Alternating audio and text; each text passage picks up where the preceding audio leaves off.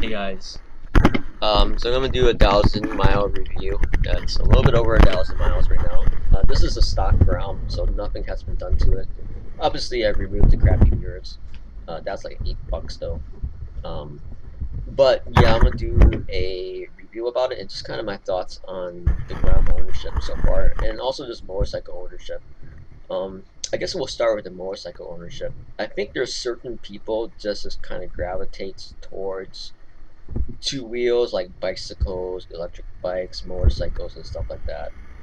I think I'm one of them. Like it's for me, like riding on a motorcycle is one of the most enjoyable things that I currently have. Unfortunately, sadly, so it really brings a smile to my face. It kind of relaxes me when I'm riding.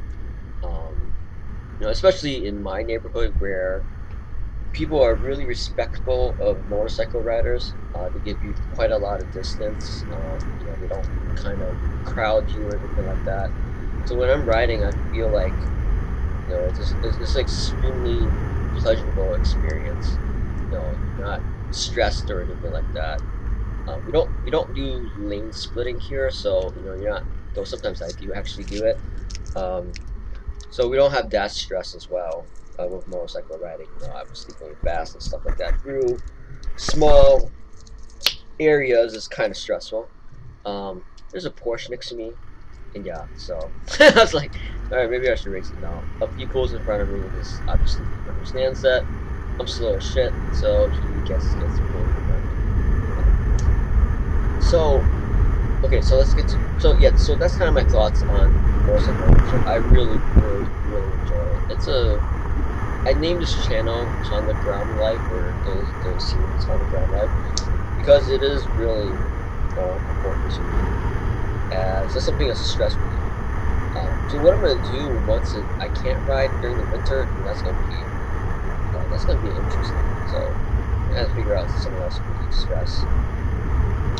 But for the ground itself, I cannot be happier with the ground. It is by far the best purchase I've ever made, motorcycle wise and actually whatever wise. Though I did hear of people having like clutch problems. Here is like a quick stop that I had to do to get in, and the brakes are fine. I'm a really light rider. I'm like 130, 135, so it stops pretty well for me. I heard there are problems with people with the clutch. Some people have problems with the clutch, but fortunately, that's not the case with me. Um, yeah, so 1,000 miles, and in a very short period of time. I think I've averaged around 150 to 200 miles each week. I do take this pretty much everywhere to work, to pick up to errands. Here I'm going on an errand. I'm going on a different route than I normally take in my videos, a more scenic route, a little bit longer. But actually now in retrospect, I think because of all this is more of a diagonal towards like my errands. It actually might be faster, but kind of a change of scenery here. This is Pewaukee, Wisconsin. But the Grom, yeah, I cannot be happier with the Grom. It fits me really, really well. I do not have my work is about 4 miles, 3, 4 miles away. So it's like 4 miles away. So it's around an 8 mile round trip. The panels are perfect. There's no highways along the way. So, that really, really helps. Um, and also, like, the ground's just a really easy bike to ride. Okay, albeit I did crash it once, but yeah, I'm really really happy with it. Can I say maintenance is pretty simple. Well, though I actually did not change I did not change the oil filter, which I will do because I want to actually do that. So I'm gonna change the oil again, but I did change the oil. Because I've been riding it quite a lot, I need to adjust the chain quite a bit. So I do have to adjust the chain. I'm doing it every 500 miles, and it does need to be adjusted. But I mean, this is really just normal maintenance that you would do on any motorcycle. Um, so yeah, I'll probably just though I don't know. It's kind of hard because no, the weather has been pretty nice. So I think right now it's about mid-September. I do suspect that we will have at least 2 more months, maybe a month and a half more of riding. I'll ride this like down to the 40s and 50s. I have decent riding, or I have decent tolerance for cold. This is downtown Milwaukee right now, and it has like a boardwalk. So here we're going a little bit slower. Um, but yeah. So prior to this, I guess in terms of history, I rode a Ninja 250, and then I was into before that, and I was into motorized bicycles a lot. So I did like this two-stroke motorized CC, like 60cc motorcycle.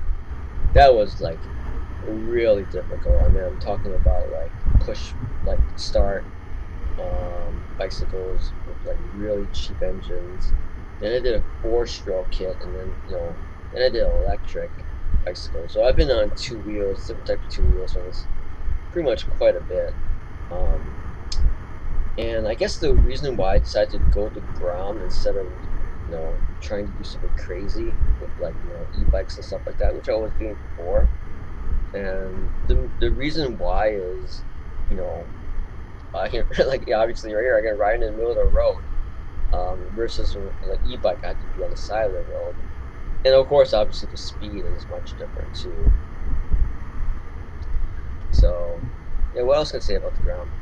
The mileage is incredibly uh, beneficial, especially now in Wisconsin. I think the gas is cheap relative to the nation. We're at like $3 at the moment, and this gets like 140, 150 miles per gallon. So it's really, really cheap on gas. You save quite a bit there, and it does add up. I think over time, especially you know I haven't. The one thing I haven't done on this ground yet, even though I have 1,000 miles, I haven't really gone on an especially long ride. Well, I did go on an 80-mile ride one day, but that was to multiple locations. So, um, yeah. Sorry, I'm on the screen. I'm looking at the stock. It's going crazy. But yeah, so I haven't done a really long ride yet, and I might do one to Chicago at some point. I'd like to do it. Actually, let me change the oil in the oil filter, and I want to do it. This is stock ground, of course. I guess the other thing, let's talk about the stock grounds. Obviously, these grounds are meant to be modded, right? And I will mod it, not this season though, because I just have other things going on in my life, and I just kind of not feeling really well mentally to really kind of do it. But I do eventually want to do it. And okay, so let's talk about the speed too. Uh, kind of expectations. I would say I really like the. I feel the bike performs really well at like the 5,000 to 6,000 RPM range. I think the shift light comes on at 7,000 RPMs. So in that kind of range, I think it's like really good for gas mileage. It's really good on the engine, and I would say for me, like in different right now, as you see in different conditions, at that kind of RPM, I'm hitting around 45 to 50, depending on where I'm going and what the conditions are on a flat road, right? So 45 to 50. You can see I'm looking down, it's like 46, 47, somewhere around that range, and that's that's not a bad range for the ground or for a commuter motorcycle, right?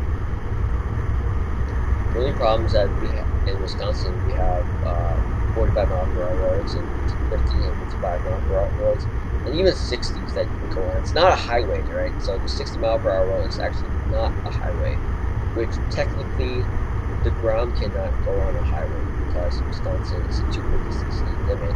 It might even be higher now. I mean, last time I checked was 2 years ago, so it might even be higher now.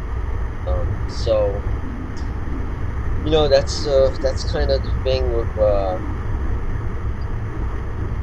it's at 45. Ideally, you want that to be at like 55 to 60 at 5,000 to 6,000 RPM. And the only way to do that is to get mods. And I think with non-evasive, okay, well, let me rephrase that. With without changing the piston, or sorry, without changing the CCs or the header or the whatever that thing size, I think you can achieve that. And I researched a couple different really effective methods.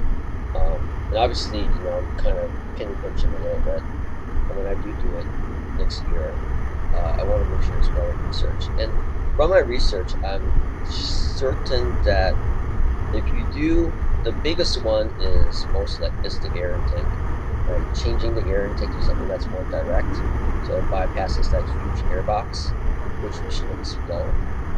So something like a chimera intake, right? So that's the kind of first really, really important step. I think the second really important step, and that will get you probably 5 to 7 miles per hour. That's the majority of that 10 mile per hour leap. I think the second one is a different, a lighter or more optimized or better cam um, inside the piston head or inside the intake. It's something that I cannot do. I just don't have the mechanical powers to do it. So I'll need to take it into the dealership for them to do it. But that's the second thing. The air intake is literally only $100 or something like that for a Chimera, and then the piston or the cam is like 150. Also with the DC flash, so you need a flash release for that. And then the third thing is a muffler, like obviously an expansion muffler, a good muffler, and that really doesn't, to me, okay, maybe I'm wrong about this, but it seems like the muffler portion of the upgrade really doesn't come into play until you get the bike tuned, if that makes sense. So if the bike is not tuned, like professionally tuned by someone who can actually tune the bike, it really is just kind of like an audio upgrade or a visual upgrade from what I've seen online. So I think that's kind of the three things that. So it's the air intake, cam upgrade, and then the muffler with the tune. And also, obviously, when you're doing that tuning, you need to have an upgraded racing ECU, or ECU that can be actually modified. So I think those are the three things. All in all, depending on what kind of muffler you get, just the materials, probably like $600, $500, $600. And of course, I'm not getting a chance because I'm not really good mechanically. Okay, I am decent mechanically, but for something like this, for all these different upgrades, like I'm just gonna have someone do it, and I think it's like 150 an hour, and maybe I'll pay like 2 hours, 3 hours worth of work, and then obviously in addition to that, I'll need a tune. I'm not sure how much that's gonna be, but I went to the dealership like a while ago and sat on bigger bikes, and also entry level bikes. I can fit an entry level bike well, okay, but the bigger 600s and 1000s, there's no way I can fit on it. So that being said, those are just not possibilities for me.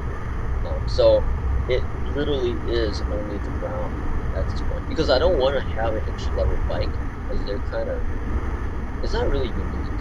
Or I just don't feel it's worth it to get an entry level bike.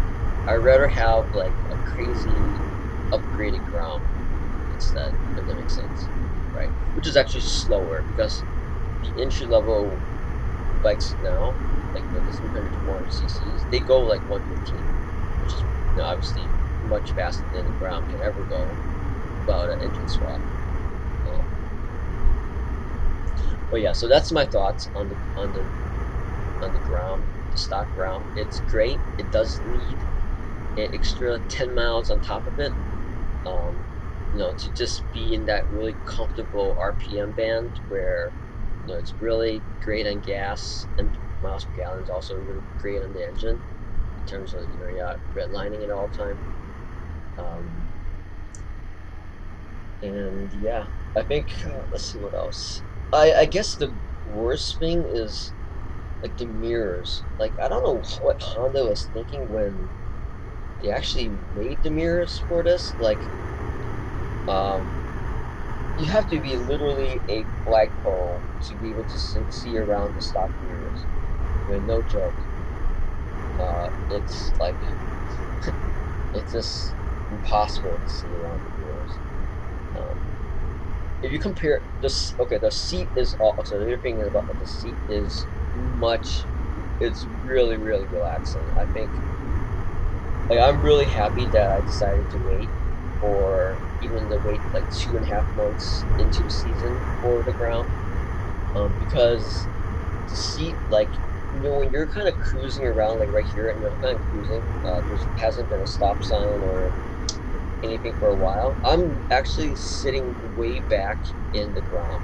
Like, that's kind of like the position I like to sit. Like, I have longer arms than, unfortunately, maybe a little bit longer. So I like to sit way back, and I just like the feeling of sitting way back too. And I just don't think you can do that with the OG Groms or the first or second gen. Okay, well, you can get a new seat or something like that, but then obviously you have to find one that kind of does that, allow you to sit way back.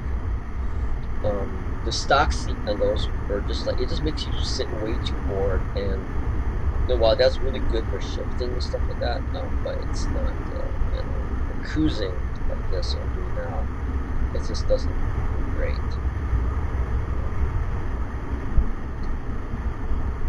I guess the display, were pretty straightforward. It is an upgraded display from the first and second generation model.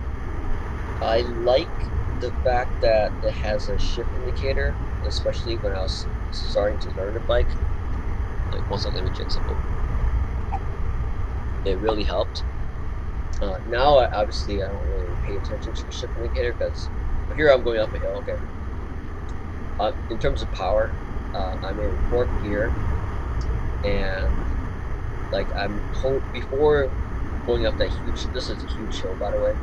I was in 40 miles per hour, and It went down to around 35, and this is a huge, huge hill. I mean, on my bicycle, when I was road biking, it's difficult. Even like the most elite bicyclists, it's difficult. So it dropped 5 miles per hour in fourth gear. No, it's not bad. Uh, so anyway, that's kind of the scenic route that I took to the area that I had to do this afternoon. But yeah, the LED or LCD or display is it's pretty good. You know, it's upgraded from last time. A little bit bigger, I feel. A shift indicator. Um, yeah. Oh, also the other thing the other thing about this ground is that it doesn't actually have a quick shifter or downhill shifter or anything like that. So you have to actually kind of rev match and, figure out what the rev ranges are and speed ranges to shift and stuff like that. I really like that, kind of mechanical hands-on aspect of the Grom. So I don't think you can buy quick shifting kits for it or anything like that, which will kind of seems stupid to do. The other thing is that I do have to lock the Grom up when I go to work, even though I'm in a decent neighborhood, because I have the paranoia that someone's just going to come up and lift the Grom. So the Grom weighs like 250 wet, like 225 dry. So it's a really light bike, and anyone I can like lift that pretty easily, especially with two people. The push it, obviously. So yeah, if you're thinking about getting this, definitely get it. It is well worth the money. Um, So 4400 is kind of expensive.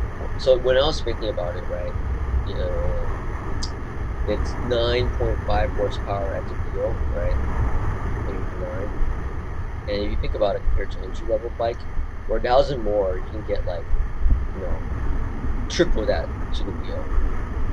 But the Grom is just so fun. I guess you're paying for the name, the branding of it, and also for the reliability of the Grom. And then of course there are some people who experience troubles with the recent Grom. Not to say that their troubles are not warranted, but I think Honda quality is just superb. Everything is just superb. And when I did lay it down, like I mean, this thing is a tank. Like barely any damage. Only damage was to you know, the scratched up like uh, blinker cover, which I barely call that damage. Um, I'm never gonna replace that because I don't want to tell the dealership that I crashed it. So yeah, it's a tank. So very reliable. And what else can I say? No, I don't know. I don't know. I think I'm not sure what else I can say about it. Styling, I like it. Not too bad. I like the styling of it. I like it's like Street Fighter kind of styling, which is fine with me. More retro look, that's fine too. Some people like the modern look of the new Grom. But yeah, so I'm at location now, and I'm going to be riding it pretty much every day as long as it doesn't rain. So um, I will try to do a longer ride at some point, like a proper 80, 90 mile one way ride at some point. But yeah, anyway, so that's the update. I love this bike. It's also finding neutrals is easy compared to the old ones. I think. All right, talk to you guys later.